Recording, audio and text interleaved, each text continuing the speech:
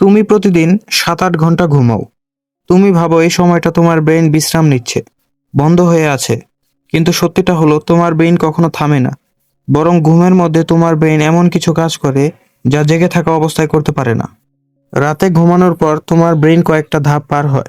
প্রথমে হালকা ঘুম, তারপর গভীর ঘুম, আর তারপরে আসে REM, repeat eye movement stage. এই REM স্টেজেই তুমি স্বপ্ন দেখো।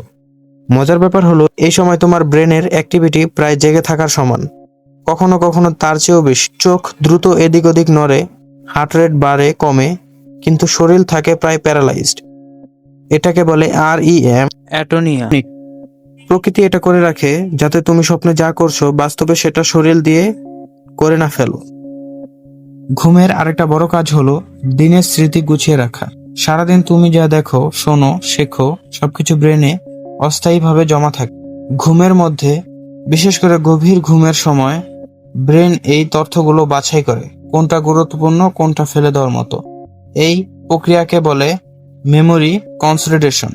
এই কারণে পরীক্ষার আগের রাতে ভালো ঘুম না হলে যত পড়োই না কেন মনে রাখতে সমস্যা হয়। ব্রেন ঘুমের মধ্যে হিপ্পোক্যাম্পাস থেকে তথ্য নিয়ে কর্টেক্স স্থায়ীভাবে জমা করে, অনেকটা তোমার ফোনের ফটো ফাইলে ব্যাকআপ হওয়ার মতো। এবার এমন একটা ফ্যাক্ট বলি যেটা বেশিরভাগ মানুষই জানে না। তোমার ব্রেনের নিজস্ব একটা পরিষ্কার করার সিস্টেম আছে যার নাম লিম্ফ্যাটিক সিস্টেম। এটা মূলত কাজ করে তুমি যখন ঘুমাও। সারাদিন চিন্তা করার সময় ব্রেনের কোষে বর্জ্য পদার্থ জমা হয়। এর মধ্যে একটি হলো বেটা অ্যামিলয়েড প্রোটিন, যেটা বেশি জমলে আলঝেইমার্সের মতো রোগের ঝুঁকি বাড়ায়। ঘুমের মধ্যে ব্রেনের কোষগুলো সংকুচিত হয়ে যায় আর সেরিব্রোস্পাইনাল ফ্লুইড দ্রুত প্রবাহিত হয়। এই বজ্র ধুয়ে বের করে দেয়, মানে প্রতি রাতে তোমার ব্রেইন নিজেকে ভেতর থেকে পরিষ্কার করে। এখন বুঝতে পারছো কেন ঘুম কম হলে পরদিন মাথা ভার লাগে, মনোযোগ থাকে না? কারণ তোমার ব্রেনের মেমোরি গোছানো আর পরিষ্কার করার কাজ ঠিকমতো শেষ হয়নি।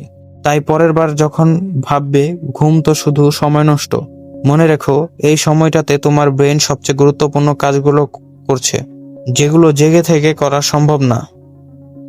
এরকম চমৎকার সায়েন্স ফ্যাক্ট প্রতি সপ্তাহে পেতে চাইলে চ্যানেলটাকে সাবস্ক্রাইব করে রাখো।